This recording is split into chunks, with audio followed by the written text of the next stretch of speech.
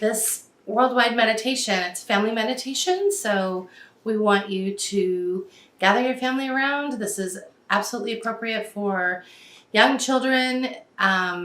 We've been working with Sariah for a long time, as far as she was really little when we started, but you want to be able to have them maybe come and sit in your lap if they have a hard time being wiggly.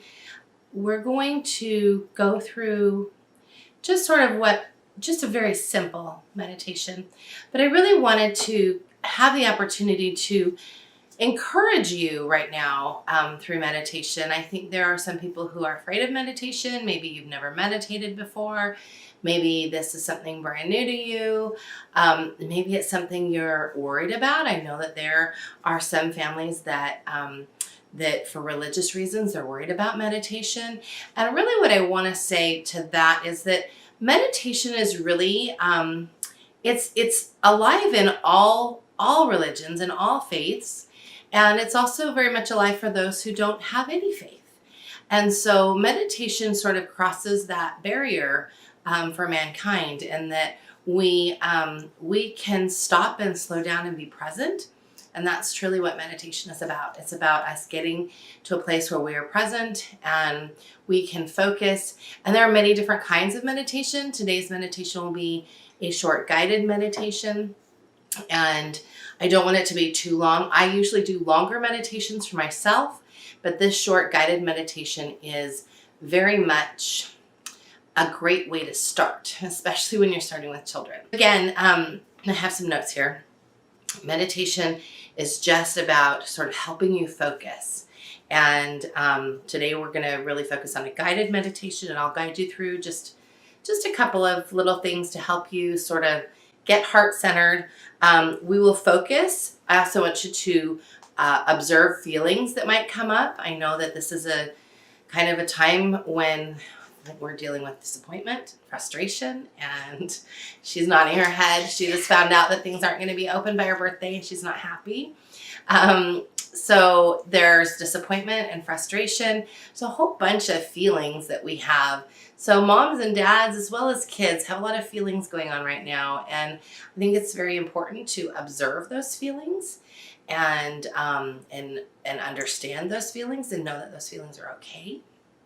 And that even if we can't fix something, we can still be happy. And that's really what we're going to focus on today, is sort of what happens when we're happy and how we can spread that happiness to others.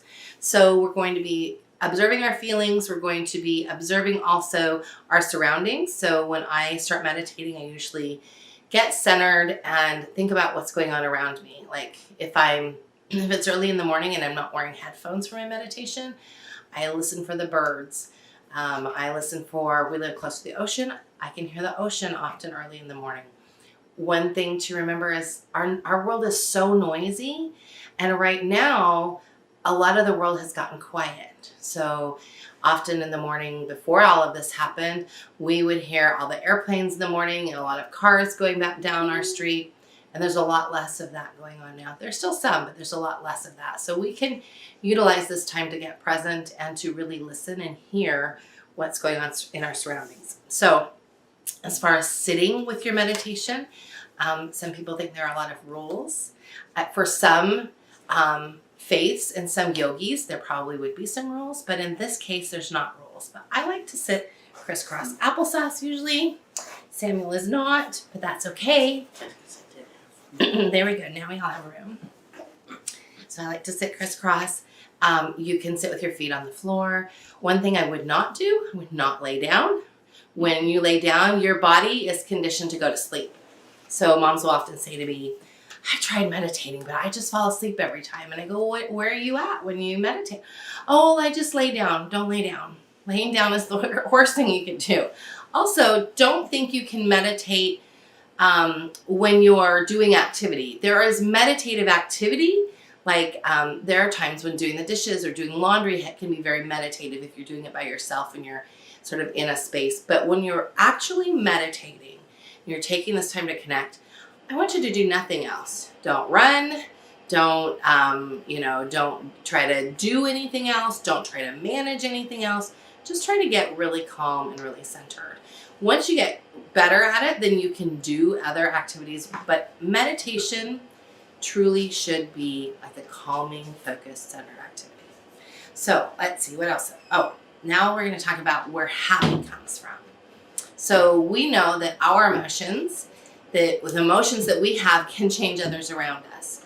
You know that if you're having a bad day, it's likely that your children are also going to have a bad day, or that dad and mom, we feed off each other. And right now, when the world is kind of in flux, those emotions that we have inside of us are absolutely affecting how we show up and how then the rest of our family shows up.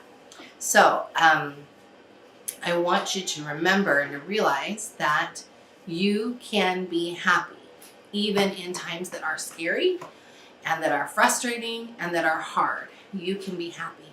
And when you're happy, I want you to pay attention to this as we're going through the meditation. When you're happy, it starts in your chest and your heart, and it kind of goes out, and it just gets bigger and bigger and bigger. When you're angry, it's constricted and it's still in your heart, but it's so angry, because anger is a secondary emotion. And often when we feel anger, it's really more about fear or frustration. It's not really about being angry. Angry is always about something else. So happy, though, it kind of emanates out, right? Where fear and anger kind of pulls people in. So we want it to emanate out. We want to sort of be this light. We want to give more to others. And so in our meditation today, even though we're not focusing on giving light to others a whole lot, we're focusing on things that make us happy. Just us being happy helps those around us be happy. And that's really what we want to focus on today. This is why this is such a great meditation for adults and children, because it crosses all bounds. Children know what makes them happy. Moms and dads know what makes them happy. And so this is a very easy place to start. So, okay, let's see. I'm going to make sure. I was going to say, everybody know where your left hand is? Yes, know where your left hand is. Because in the meditation, in the beginning, I'm going to have you put your left hand over your heart so you can sort of feel that heart space. So I want you if you've got little ones and they don't know which one is the right and left, help them find their right or their left hand right now so it's easier when we're in the meditation. Okay. Excuse me? Yes. I think the reason why I know that where my left hand is because I'm a lefty. You're a lefty. I know, me too. It's really easy to know where your left hand is. Because this is the hand I draw with, stuff with. Yeah. Okay. Can you sit crisscross applesauce or get comfortable? Okay. All right. So before you close your eyes, I just want you to sit down, get comfortable, start to breathe. When there is some meditation that has an incredible amount of breath work, this is not one of those. We're just going to do some light breathing. But before I close my eyes, I usually like to take a few deep cleansing breaths. It helps get oxygen up to your brain. It also helps your mind. Remember, it's not going to sleep right now. It's just slowing down a little bit. So let's take some breaths in through the nose and then out.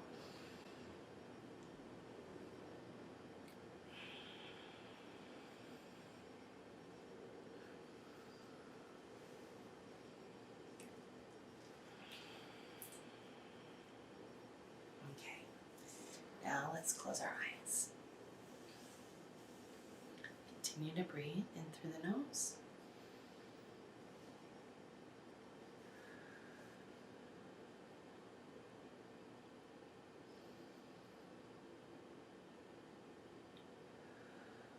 Now put your left hand over your heart.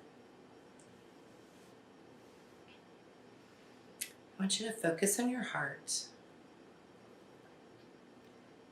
I want you to think of one thing that makes you very happy. Just one thing.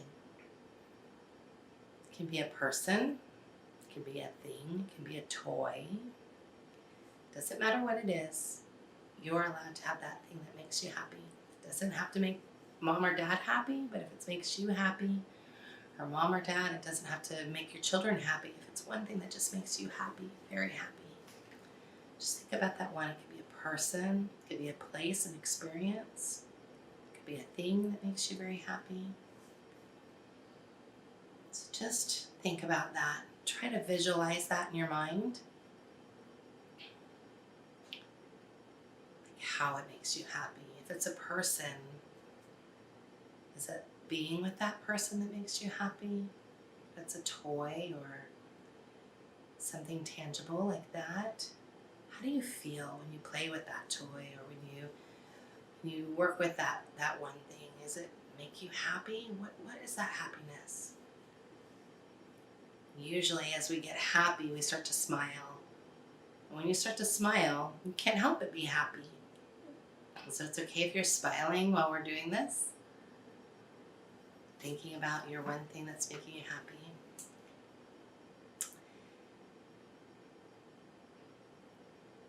Now I want you to think about, if it's a person, I want you to think about that person and just imagine yourself giving them a really big hug and thanking them for being in your life. Telling them how much you appreciate them. And if it's a toy or something tangible like that, I want you to think about either the person who purchased that for you, or if you earned your own money for it, think about the hard work you had to do to earn that money. And just thank the person who gave it to you, or just sit in that perfect feeling of accomplishment for the money that you spent from money that you made. Maybe it was, if you're a grown-up, maybe it was money you made from work. If you're a child, maybe it came from your allowance or some birthday money that you got. Just sit in how thankful you are for this, for the ability to have it.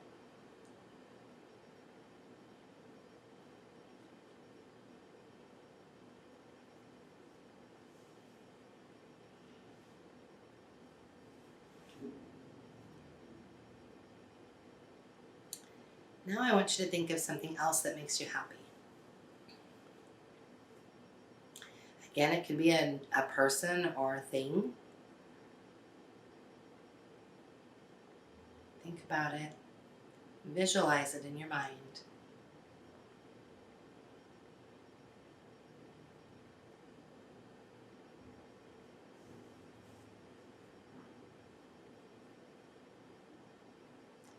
Now think about, if it's a person, think about putting your arms around that person and thanking them and telling them how much you love and appreciate them for being in your life. Perhaps if they're not in your life anymore, thank them anyway. Just thank them. And if it's a toy or something that somebody gave you or that you purchased, thank the means for it to come into your life. If it was money you made on your own that you spent, just thank it. Thank yourself for being able to do that, for being able to earn that money.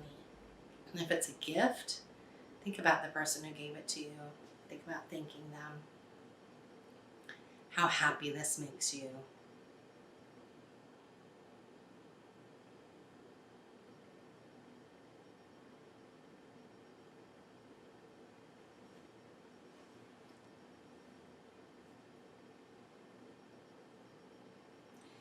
Now we're going to release that, and I want you to think about one thing that you can do today to spread happiness. If you're a child, I want you to think of one thing that you can do to spread happiness to mom or dad or to your brothers or sisters. Just one thing. Is it just giving a hug? Is it doing a chore that without being asked? Is it asking if you can help with dinner? Is it tidying up your room? And if you're a parent, think of one thing that you could do to bring happiness to others. Maybe there's a dessert that you just happen to have all the ingredients for. Or maybe there's just a child in your home that you know needs some extra special love.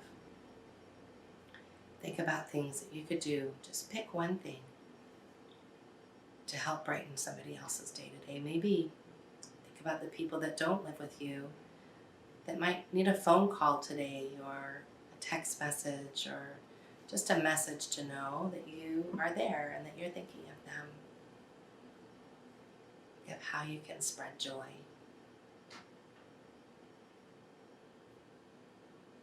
Imagine yourself doing it.